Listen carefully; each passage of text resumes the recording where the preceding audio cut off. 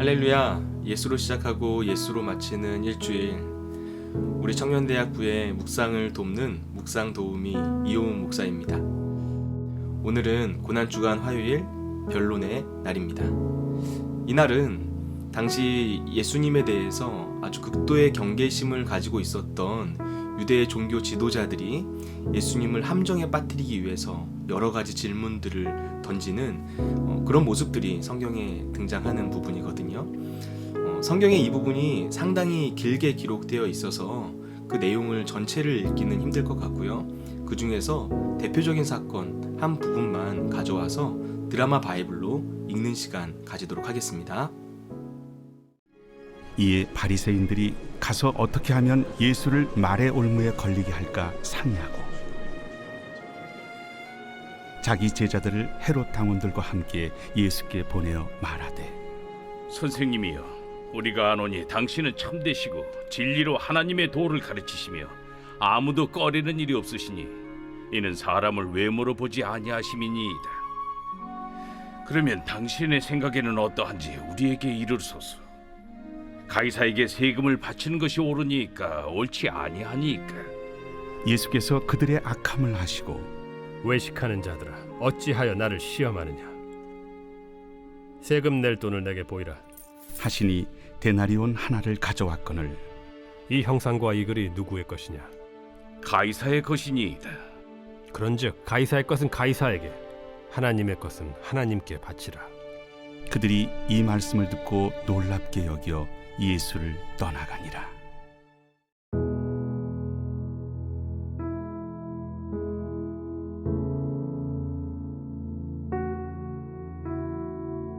고난주간 화요일, 이날 예수님께서 하셨던 일들을 간단하게 요약을 해보면요, 예수님께서 월요일에 예루살렘 성전으로 가시던 길에 열매가 없는 무화과 나무를 보시고 그 나무를 저주하셨죠. 그런데 이 화요일에는 그 저주한 무화과 나무가 말라 죽어있는 모습을 예수님과 모든 제자들이 함께 발견하게 되는 그 모습이 등장을 합니다. 그리고 예수님이 다시 예루살렘 성전으로 가셨는데 그곳에서 예수님을 함정에 빠뜨리려는 다양한 종류의 당시 유대 종교 지도자들, 그 사람들이 질문을 하는 모습을 발견하고요. 그리고 그 질문에 예수님께서 아주 지혜롭게 대답하시는 장면들이 성경에 기록되어 있어요. 그리고 예수님께서 감람산에서 예루살렘의 멸망을 예언하셨고요. 가룟 유다가 예수님을 배반하려는 이런 모의를 하는 장면이 기록되어 있는 부분이 바로 이 화요일이라고 할 수 있습니다. 정말 많은 일들이 있었죠. 이 변론의 날에 있었던 일들에 대해서 조금 더 자세히 읽고 싶다 하시는 분들이 계시면 제가 아래에 성경 구절 올려놓을 테니까요. 그 성경 구절 읽어보시면 좋을 것 같아요. 중요한 묵상 포인트 한 가지는 본질을 보아야 한다는 거예요. 이날 등장했던 모든 사람들, 그리고 그들이 했던 모든 질문들, 가이사에게 세금을 바치는 것이 옳습니까?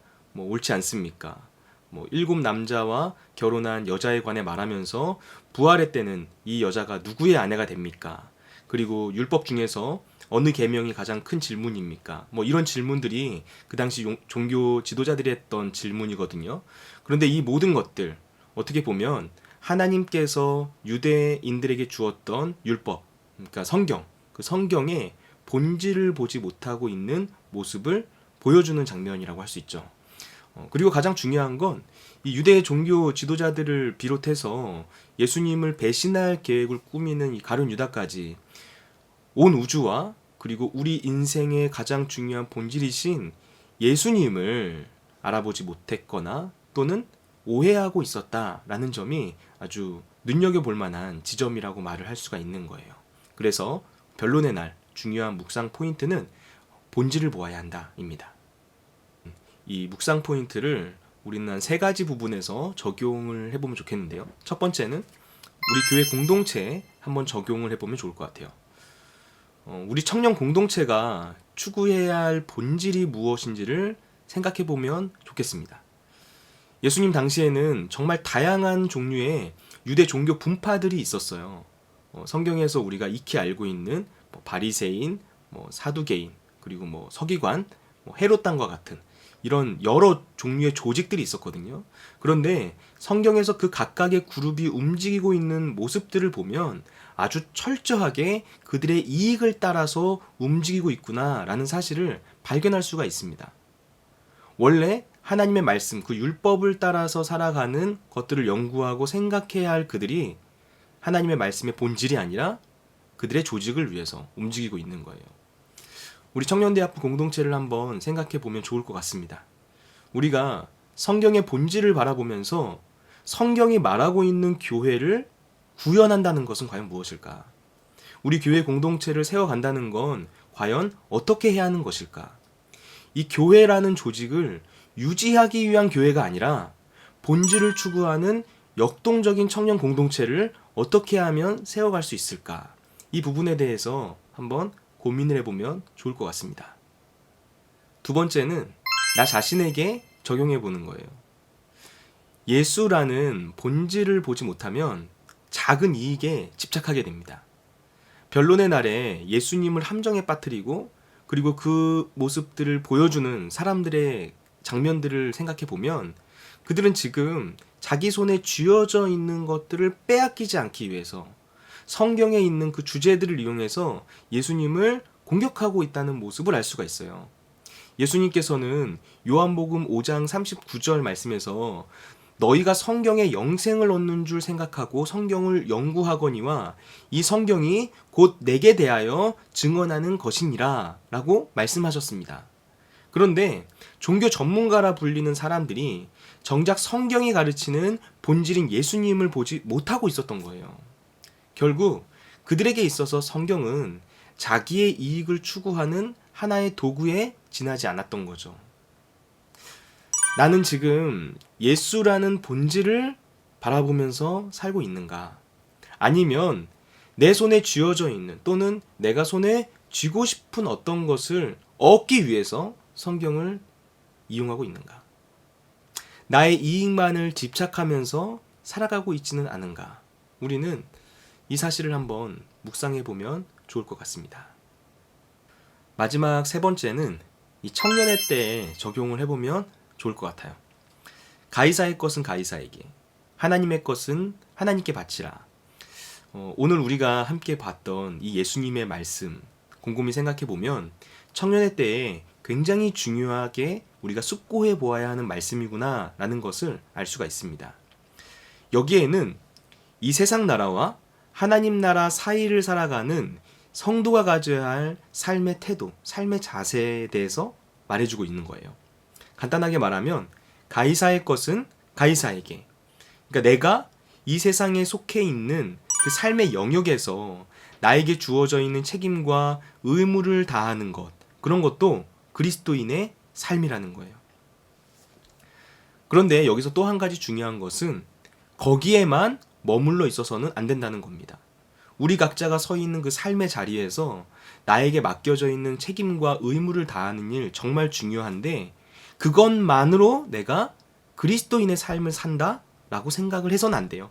그 이상의 것을 바라볼 수 있어야 합니다. 그것이 뭐냐면요.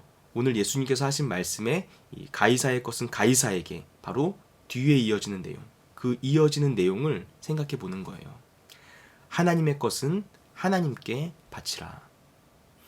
하나님의 것 안에 세상의 것이 담겨져 있는 거예요.